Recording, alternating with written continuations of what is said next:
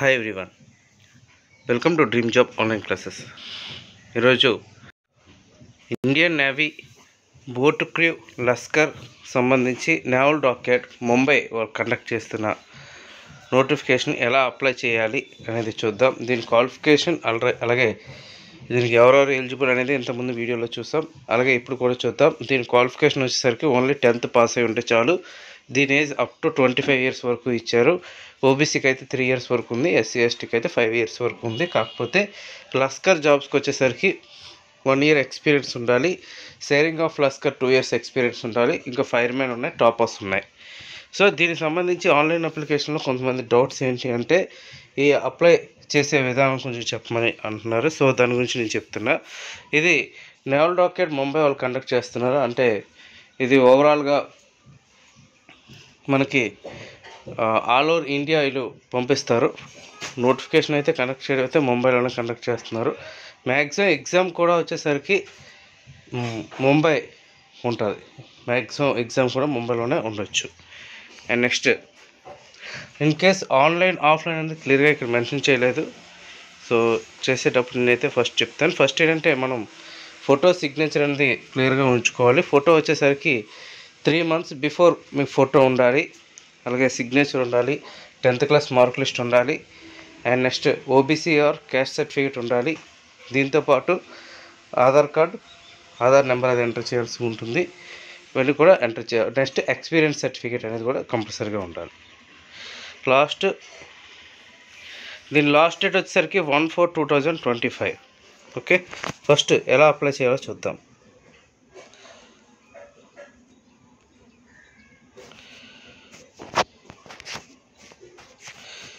ఇది online application portal for recruitment of boat crew staff.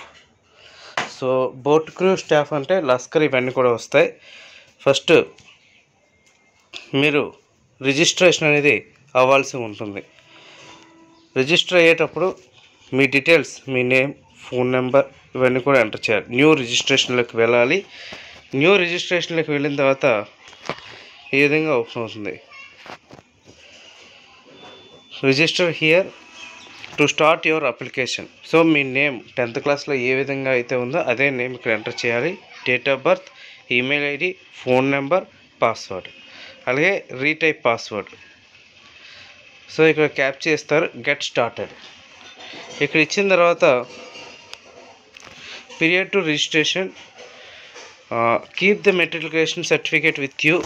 4 fields are required to fill the candidate registration form. So మీరు 10th classలో ఏ విధంగా అయితే ఉందో మీ నేము అలాగే మీ డేట్ ఆఫ్ బర్త్ కూడా ఉంచుకోవాలి. And me email ID and me phone number ఇవేంటి అంటే వీటికే మీకు హాల్ టికెట్స్ అనేది వస్తాయి. సో అందువలన ఈమెయిల్ ఐడి కంపల్సరీగా మీరు లాగిన్ అయ్యి అందులో యాక్టివేట్ అనేది చేసుకోవాల్సి ఉంటుంది. క్రెడెన్షియల్ అనేది చేసుకోవాల్సి ఉంటుంది. ఇక్కడ ఇదే ఇచ్చారు. Please ensure that email address you are filling the field is being regularly used. All important information and announcement will be sent to the email address that you fill in here అని ఇచ్చారు. Okay, next applicant mobile number same, అది కూడా అంతే. Password and retype password వచ్చేసరికి 8 characters ఉండాలి. ఒకటి alpha న్యూమరిక్లో ఉండాలి అనమాట. అది ఒకటి upper case, lower case, special characters, ఒక నెంబరు అలా ఉండాలి. ఓకే, నెక్స్ట్ వీటికి ఓటీపీస్ వస్తాయి. ఆ ఓటీపీస్ మీరు ఎంటర్ చేయాల్సి ఉంటుంది ఈమెయిల్ ఐడికి, మొబైల్ నెంబర్కి. సో అయిన తర్వాత మీరు లాగిన్ అవ్వాల్సి ఉంటుంది. లాగిన్ వచ్చేసరికి ఈమెయిల్ ఐడి మీరు ఏదైతే పాస్వర్డ్ ఇచ్చారో అది మీరు గుర్తుపెట్టుకోండి. ఓటీపీస్ మీరు ఎంటర్ చేయకుండా డైరెక్ట్గా ఈమెయిల్ ఐడి పాస్వర్డ్తో అవుతే రాదు, ఓపెన్ అవ్వదు. నెక్స్ట్ దీనికి సంబంధించి సర్వర్ ఫైనల్గా వచ్చేసరికి చాలా వీక్గా ఉంటుంది. సో వీళ్ళని త్వరగా అప్లై అయితే చేయండి. అండ్ పర్సనల్ డీటెయిల్స్, మీ యొక్క పర్సనల్ డీటెయిల్స్ అనేది ఎంటర్ చేయండి. మీ పేరెంట్స్ అంటే మీ ఫాదర్ నేము, మదర్ నేము, అలాగే religion, marital status, native state ఇవన్నీ కూడా మీరు ఎంటర్ చేయాల్సి ఉంటుందన్నమాట. ఇవన్నీ కూడా ఒకవేళ మీ నేమ్ చేంజ్ అయ్యేటట్టయితే గజిటెడ్ నోటిఫికేషన్ ఎప్పుడు చేంజ్ అయింది, ఏ డేట్ అనేది కూడా ఎంటర్ చేయాలి. ఒకవేళ లేకపోతే ఇది లేదు.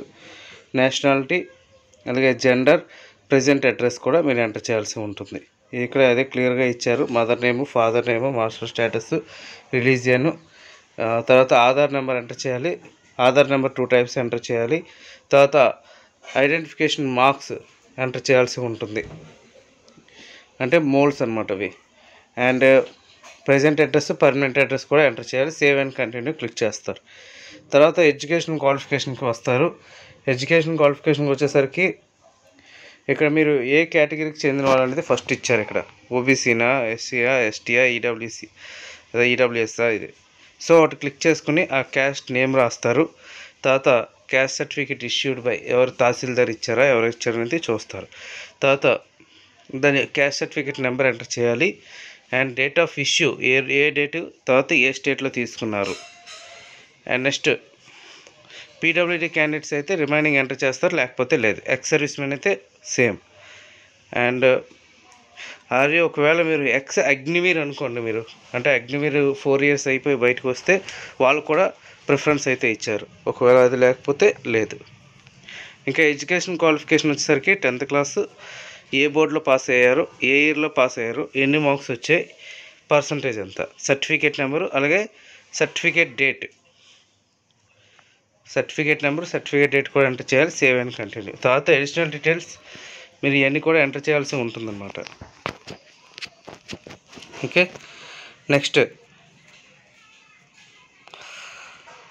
మీరు అప్లై చేసేటప్పుడు మనం చేసేది, మీకు సపోజ్ షేరింగ్ ఆఫ్ లస్కర్కి ఎక్స్పీరియన్స్ ఉంది, లస్కర్కి ఎక్స్పీరియన్స్ ఉంటే మీరు ఎస్ అని 2 వేకెన్సీస్కి పెట్టుకొని అప్లై చేసుకోవచ్చు. ఫస్ట్ షేరింగ్ ఆఫ్ లస్కర్ ఇప్పుడు ఎస్ నో అని అడిగితే ఎస్ అని పెట్టి దాని సర్టిఫికేట్ నెంబర్ ఇవన్నీ కూడా మీరు ఎంటర్ చేస్తారు.